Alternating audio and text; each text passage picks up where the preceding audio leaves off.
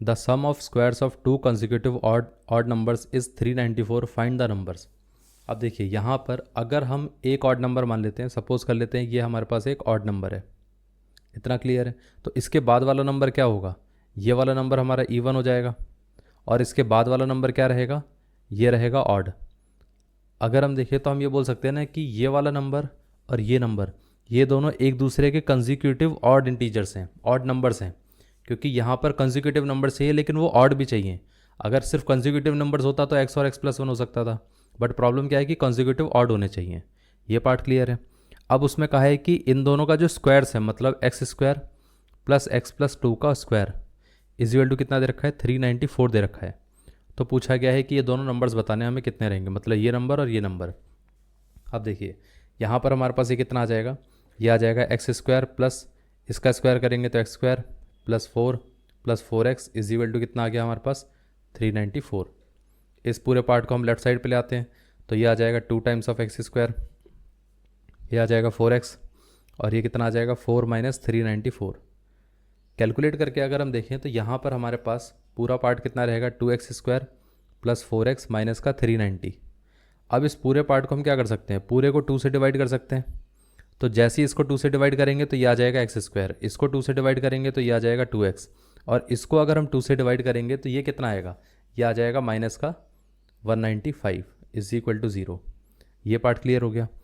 अब यहाँ से देखिए अगर हम इस इक्वेशन को सॉल्व करने जाएँ तो हमें क्या करना पड़ेगा, इसको स्प्लिट करना पड़ेगा।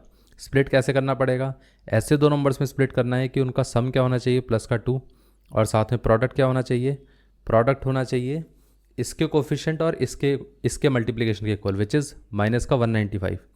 अब 195 का अगर हम फैक्टर लेके देखें तो वो क्या क्या आ सकता है। अब देखिए यहाँ पर हम ऐसा लिख सकते हैं कि 3 से डिवाइड करेंगे तो कितना आ जाएगा, 3 × 6 इंटू ये कितना आ गया 5। इसको हम ऐसा बोल सकते हैं 3 × 65, लेकिन प्रॉब्लम ये है कि 3 और 65 तो हो नहीं सकते हैं, तो इसको फर्दर फैक्टराइज करके देख लेते हैं। तो 3 × 65 कितना हो जाएगा, 5 इंटू कितना आ गया यहाँ पर 5 इंटू ये आ जाएगा हमारे पास 1 और ये 3। इतना क्लियर है।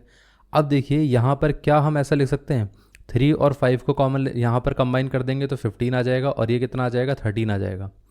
मतलब ये नंबर तो 15 × 13 भी आता है।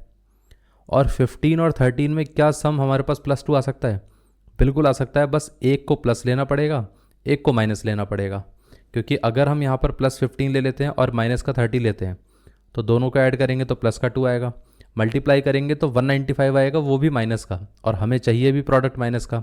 इतना क्लियर है। अब देखिए यहाँ पर हम ऐसा बोल सकते हैं ना कि 15x माइनस का 13x, ये पार्ट कितना रहेगा, माइनस का 195, और ये कितना रहेगा x²। इसमें से हम x कॉमन ले सकते हैं, बचेगा कितना x + 15। यहाँ से हम क्या कर सकते हैं, माइनस का 13 कॉमन ले सकते हैं, ये बचेगा x का +15, क्योंकि माइनस पहली बार जा चुका है। अब दोनों में से x + 15 कॉमन आ सकता है, और यहाँ पर बचेगा कितना, x बचेगा, यहाँ से बचेगा कितना, माइनस का 13 बचेगा। इतना क्लियर है। अब इसके साथ साथ यहाँ पर x की वैल्यू कितनी आएगी, अगर हम इसको 0 के साथ इक्वेट करेंगे तो x की वैल्यू आ जाएगी -15। इसको अगर हम 0 के साथ इक्वेट करेंगे तो x की वैल्यू आ जाएगी 13। इतना क्लियर है। तो अगर हमारे पास यहाँ पर x 13 आ गया तो x + 2 कितना आएगा, यह आ जाएगा 13 + 2 विच इज़ 15। तो दो कॉन्जिक्यूटिव इंटीजर्स नंबर्स हमारे पास कितना आ गए, ऑड नंबर्स 13 और 15। अब प्रॉब्लम ये है कि यहाँ पर x = -15 हम नहीं ले सकते।